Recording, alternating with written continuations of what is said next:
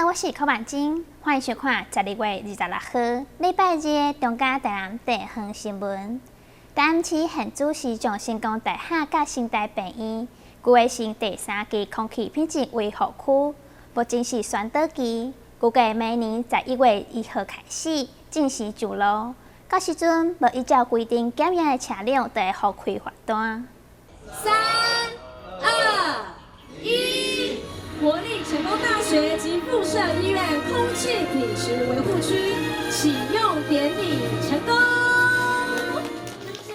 维护空气品质，守护市民的健康。市府自110年起，依序推动空品维护区，优先针对基美博物馆、台南都会公园、安平香港等区域，发设为第1、第2期空品维护区。现在经甲成功大厦合作推动，将各校区以及医学院、附设病院，总共86万平方公尺的区域，划设为台南市第3期空品维护区，并伫学校内出口架设车牌辨识系统，向无符合管制规定的车辆寄出排烟检测通知，提醒车主赶紧去检验，避免受罚。感谢咱新台愿意咱伫咱这个校区内底啦，咱校区这个范围内底，跟咱很多涉及到的学生啊，还有医院啊，医护人员等等这一些的事先的沟通，才可以让我们第3期的空气维护品质的专区成就这个全台最大范围的管制面积。那这个管制面积，刚才有司仪也有特别做过介绍，我们用车辨系统，这个也是成大特别在这个我们车牌上面检视的，所以咱里边好估量，里来咱的管制范围里面，我们透过车牌的辨识，会比过去人工的方式路边拦检来得更为便捷，然后也可以提醒我们的车主要去做定检，然后去做排烟的这个检测标章的贴放，所以我们透过这些的作为，都可以让我们的空气品质可以更为提升。所有出入口都用车辨系统的，所以外面的厂商其实要进来要来申请车辨，我们就会车辨的时候，我们就会给他说明说，我们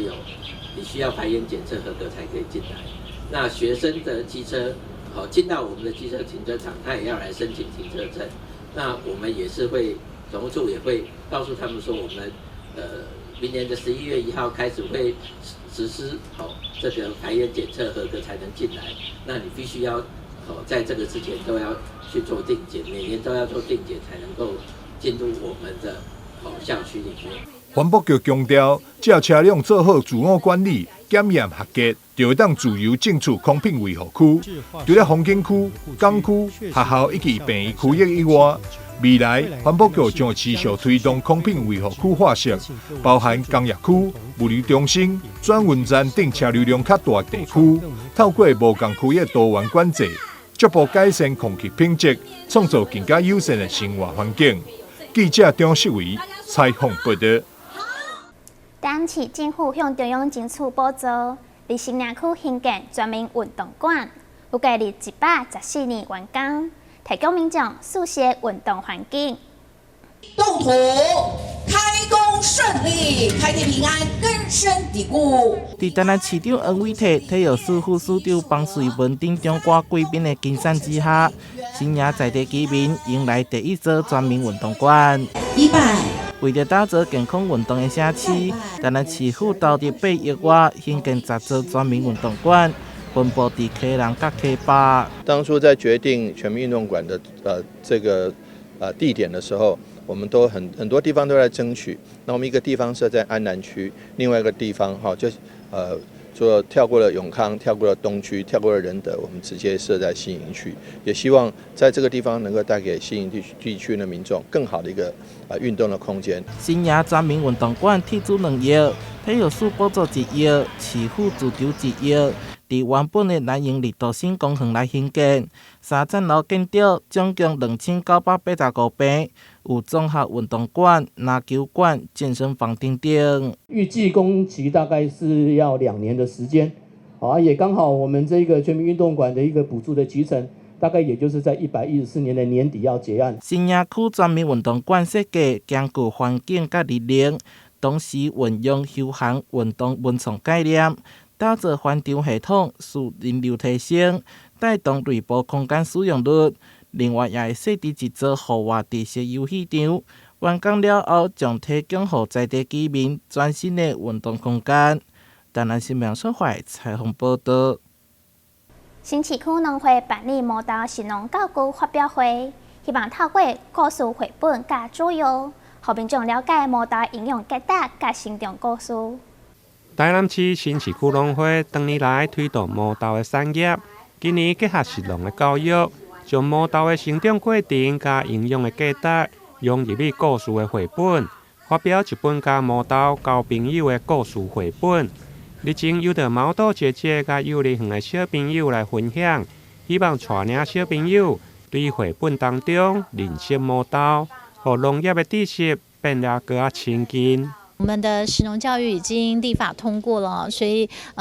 这个食农教育的落实当中，在我们新市农会当然是不能落于人后。那我们在推广毛豆产业的过程当中，15年来已经15年来都已经让消费者实地到了毛豆田来去做体验。那我们会发现，实地体验之外呢，如果能有在深度的这个延续的话，可能对食农教育来说更加有意义。所以我们针对了不同年纪的学童们来设计了，比如说幼小班或者是低年级组，我们就设计了这个绘本的方式，来让小朋友听故事的方式来学这个毛豆的产业。那以桌游的方式来用寓教于乐的方式，来让中高年级的小朋友来去透过这个游戏的过程当中了解毛豆种植跟它的营养。除了适合低年级甲幼儿园的绘本，另外农会嘛甲国立台南大学生态环境资源学系来合作，开发出一套适合中高年级的桌游游戏，有着玩家扮演农民，透过桌游体验农民种植所当到的问题。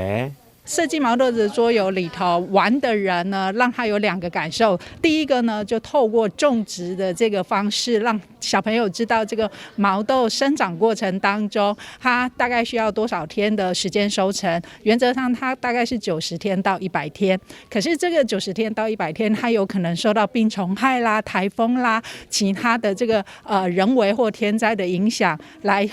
减缓它的收成跟生长。那第2种方式呢，是透过这个营养源这个部分，因为我们知道毛豆是非常好的这个植物蛋白质哦，所以呢，透过这个营养，除了膳食纤维啦、粗蛋白啦，还有其他的这个营养源来去获得这个毛豆。那从这样的一个历程当中，他就知道哦，原来种毛豆不是那么的容易，它其实也是很辛苦的。新市区农会为了加深在地民众自细汉就认识毛豆。伫绘本加桌游的发表会中，嘛特别关注绘本加桌游的游戏，食农教育，和周边邻近的各中小加附设的幼儿园，希望会用将在地食农教育向下来扎根。台南新闻林根采访报道。嘉安幼儿园长期支持创设基金会公益活动，发动老师、小朋友甲家长做伙做爱心。拢总捐赠7万块。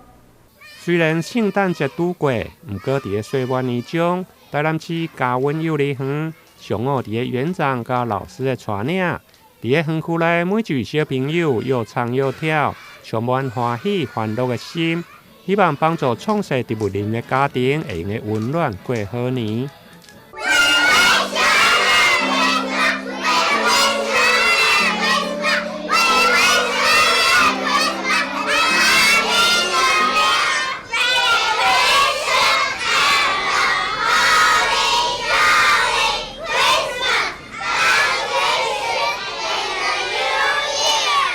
台南市嘉温幼儿园伫个园长陈春凤的带领，多年来支持创设基金会岁末年终的活动。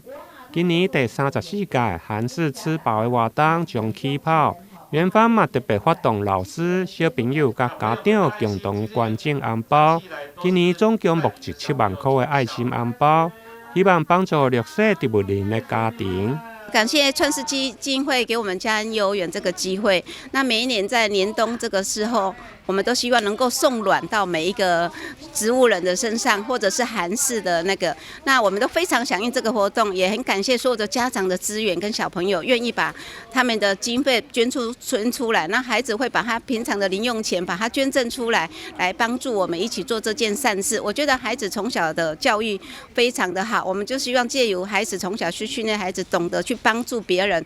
回馈别人。那其实这样子的一个活动是非常有意义的。创世基金会目前全台设入17间安养院，服务将近800位的植物人。台南的部分有60位，离到宅服务大约有200个家庭，离送礼到厝帮助韩式甲植物人的家庭，每一份慈爱年历是700块，离过年的红包500块。创世基金会嘛欢迎热心的民众共同来响应。台南新闻林根采访报道。红阿拉市上水山拿顶节的龙旗光节空山祭正式登场，由霹雳布袋戏做开幕表演，展出17件作品。第一天就吸引真侪人来参观。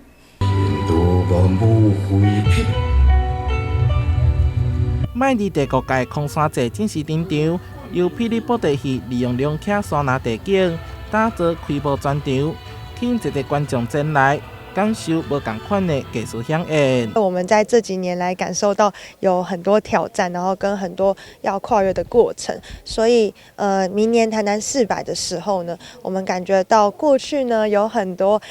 旧的东西都会被提出来，那我们就有点像是觉得这些东西就像是小火苗一样，那为的就是我们希望在新的阶段可以复燃。今年的主题是龙火于境。展出的17件作品，拢是以火坎灵为主轴。设定单位第一次挑战入口就是艺术，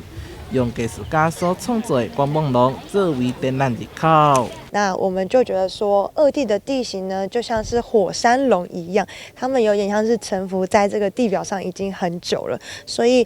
不但有小火苗的元素，也有龙的元素。那甚至是它们身上的鳞片呢，我们用了火龙果这个意象。展场的亮点之一是来自南韩的艺术家，结合透明聚酯纤维、荧光线所创作的大型装置龙火瀑布。观者甲作品互动的时阵，会当体验龙岩瀑布的感觉。今年很多作品都是有点像是来回的互动，还有传声的作品，然后也有可能会在经过某一个作品看到未来的人、未来的观众要走出展场这样子，所以很多之间的作品都是有互相联动的。策展团队也邀请在地居民甲学童创作重生龙之3部曲，透过画图、海绘料、灯光装置，将龙徛甲关闭的在地特色融入作品，完成2只灵为造型主体的多媒体技术。空山祭这几年下来，这5年今年是第5年下来，已经让在全国各地已经打出它自己的品牌。那虽然它是一个售票的一个灯会但是它因为它的景色太美丽，又跟依照着这个自然的一个地势然后作为一个非常非常漂亮的一个空山祭，让台南变得非常漂亮。今年因应2024台湾灯会提早来登场，一路展出到明年的2月18号。为了维持活动品质，也是采用售票形式，欢迎民众踊跃来支持，鼓励更加多在地艺术家来创作。台南新闻所发采访报道。市府教育局结合儿童文化艺术基金会，创作台南家乡故事绘本。明年这绘本嘛要伫台南、台北、新竹、高雄4个地区展览，邀请大家做伙来听台南的小朋友讲故事。台南家乡故事绘本创作的元素来自于家乡的零事物，透过老师带领学生走读探索以及访问地方囡仔，收集资料同时，也传承地方的文史风采，不但体现了文化素养甲团队合作，嘛真具有教育意义。咱爱伫互咱的囡仔伫了解即个土地故事、甲历史、甲文化安尼吼。即个绘本、即个物件、即个媒介。其实我感觉是推动本土教育上好的一个方式就对啦。老师带咱的囡仔去做田野调查，去访问这基农，吼然后因了解部分写落来画出来，迄个过程我相信因会深入了解伫个社区伫个土地，嘛因为了解会产生啥，会有感情，伊对伫个所在会有一个感情，未来公开了。伊去外口食头路做工课，伊也有想着伫个故乡会回馈自己的乡里所以我感觉讲以即个基金会斗相共阮郑局长也非常大力的推动，安尼短时间9档有88本，会当讲非常无简单。台南家乡故事绘本至今已经出版88册，多数的内容横跨全市37个行政区，内容涵盖民间信仰、民俗艺定、美食文化、生态环境等，不但内容丰富多元，更有着浓浓的台南味。而且为明年1月起，这个创作将会伫高雄、台南、承德、台北4个城市展览，让更侪国人看到台南囡仔讲故事。记者张世伟采访报道。旅游搅饭是真侪人细汉时的记忆，府城烧烤家就特别推出海味帝王蟹猪油搅饭，让大家会使享受好看又好食的古早味。香香的红葱猪油淋到白饭上，再加上一圈圈的薄盐酱油调味增色。主角帝王蟹接着上场，干贝、鹅啊、鲜虾摆满满。这就是烧烤家最近推出的海味帝王蟹猪油拌饭。肥满肉厚的蟹腿一口咬下，鲜嫩海味马上就能尝到。帝王蟹的口感很鲜嫩，老板烤的那个熟度刚刚好，所以吃到的时候，你看一丝一丝的那个在嘴巴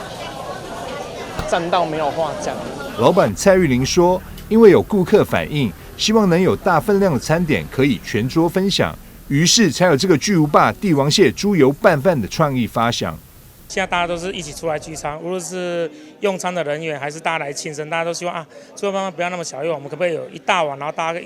可以共同一起 share 那种感觉。所以现在喜欢欢乐，因为现在都有节庆比较多，所以大家都希望大家一起吃一大碗，这样子大家感觉那种气氛都会非常的好。这样子，费用大概现在一份大概3800左右。对，还有满满的整只的帝王蟹，那还有整个满满的海鲜的鹅啊铺满，然后还有那个虾仁，还有干贝，我们全部都放上去这样子。相较市面上这样一只帝王蟹，成本大约3到5千左右。烧烤家这道巨无霸帝王蟹猪油拌饭，价格定在3800，而且还有满满的海鲜搭配，竞争力十足。老板蔡玉玲表示，这道料理需要3天前预定，想尝鲜的朋友不妨约个3、5好友一起来试试口味。记者张硕维台南报道。由公共电视甲卓越新闻基金会共同主办17届佩普公民新闻奖，举办颁奖典礼，参赛作品拢总有200件。这届中高宽屏嘛有赞助这个奖，希望会使互更较侪人看到无同款的新闻。迈入第17届的 PEPO 公民新闻奖深受各界肯定，今年共有199件作品报名成功，分成短片报道、新闻专题及学生社会4个组，共颁发20个奖项。作品题材涵盖生态环保、社会关怀、教育学习、劳动权益及文化传承等议题，从生活出发，说在地故事。会想做这个议题，首先是天气热，其实就是非常生活周遭的一个题目，然后所以我就开始找受访者，然后找了有营造业的工人，然后还有外送员跟医生这3个，然后就做成了这则报道，就是希望可以透过这则报道，然后让大家关心到这种高温下的劳工权益的议题。真的很惊讶自己会得奖，因为我其实不是我的影片没有说到非常专业，然后我也不是就是真的新闻系出来的，所以我觉得 PEPO 公民新闻奖就是愿意给我这样不是专业科系的人，可是又有想报道的东西，给我这个肯定，我觉得就是真的蛮感动的。对，我觉得收获很多，因为像是你不是专业科系出来的，我们顶多就是接触到文字报道，就是可能5W 这种东西的。可是就是影音新闻它跟文字是不一样的嘛，所以就是会教你 SOT 它那个起承转合要怎么去接，搭新闻价值这样。因为公园是每个人都会去，包括我自己也会去。那所以在那个公园里面看到这样的情况，那再加上因为我自己本身也在这个台北市的文山社区大学有在这个上一些课程，所以呢就了解了这个议题。在那个过程，其实我可以体会那些志工他们都是无怨无悔的。那我自己因为也是参与这个就是采访的过程。那了解就是说他们的这个手作为什么叫手作步道？它就是要靠人的手去搬运，然后去把它堆叠起来，然后要去用脚去把它踩踏，看它是不是实际上是很稳的。所以其实这个过程其实是还蛮复杂的。那也因为这样，其实我觉得自己收获最多。那以后自己在公园里面走的时候，我觉得可能会帮助我去理解这个环境，其实它是来自很多不同的人，他们默默的付出。新闻专题组同样展现公民记者关怀在地与环境生态的精神，作品传达出有别于主流媒体的视角，让人看见公民新闻的价值。记录到台江大道上那一只刚被路杀的母龟，那一只母龟它已经长27公分，它就是为了要上来产卵，所以它就爬到路上，然后就被路杀。那个时候卵黄其实已经散落一地啊，非常惨烈的一个现场啦。那在现场其实，身为一个新闻系的学生，拍到画面。原本应该要很高兴，因为我有画面可以放在我的作品里面。可是其实我现场真的是难过到快说不出话来。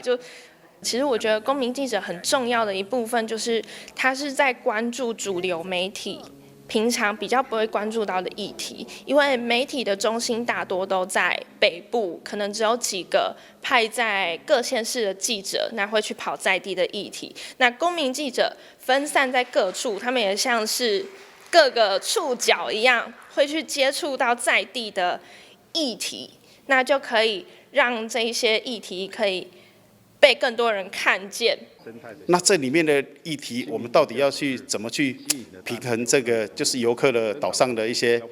人民的经济命脉啊，游客的人数要多少？那当地的渔民要怎么样生活去共存呢？我们公民记者啊，就是出去玩的时候呢，我们不会单单只是去说踏个景点、照相、吃个东西。那其实我们去那边都是有一些要做深入议题的探讨。那我们可以看得到更宽、更广、更深入。它里面去游玩不只是游玩，那也可以一边游玩，那跟着大家一起去吃地方美食，然后去探讨地方议题。那回到家呢，又可以把整个活动的记录下来，把它写成影片，让大家来知道你去过什么地方，那你要传达什么样的理念。典礼中还特别颁发感谢奖给2位长期在平台耕耘、展现热情的公民记者，用镜头记录生活中的每个角落，也让自己的人生更加精彩。有一次很感动，是我们去台南有一场踹拍，就是一群志工用那个稻草插在那个沙土上面去护国土，我才知道哇。原来会有一群人为了国土去做这样子的工作，你看到不一样的世界，然后你会注意到不一样的不一样，就是你会对社区会关怀，你走到哪里你都会觉得，这个东西我好像也可以拍这样子嘛。那自己的成长就是你从不会电脑到你会剪接，你会去编辑这个故事。这样子让我的老年生活啦哈，现在因为我已经68岁了嘛，让我的老年生活就是变得比较精彩啊。2007年 PayPal 公民新闻平台成立以来，已累积超过12000名记者，平台上的报道更多达18000多则。公视基金会董事长胡元辉表示，公民新闻是非常可贵的资产，让公民发声更是民主政治的重要环节。就是我们继续关心我们持久关心的在地事务也好，公民议题也好，这些东西都是我们公民新闻非常可贵的一个资产。也就是我们有我们很长的关心，这些东西不一定随着主流媒体的波动而影响我们的关心。但另外一方面，当然因为我们都是公民，所以我们对于重大的社会议题或者是重要的像选举事件，其实我知道大家也都是很关心的。所以我看到有些作品，可能也从不同的角度来深入来去探讨或报道有关选举的综合面向。其实这个非常可贵啊，我们也很希望每位公民对于国家重大的发展，都能够在您的角度或者您周遭的这些公民的心声里面，来把它挖掘出来、报道出来。秉持服务在地理念，直播优质地方新闻的中嘉宽频也赞助本届 PEOPLE 公民新闻奖，期望借由在地扎根、向外发声，让更多人看到不一样的新闻视野。记者李希慧台北报道。感谢您收看12月26号中嘉台南地方新闻，我是康万金，咱再会。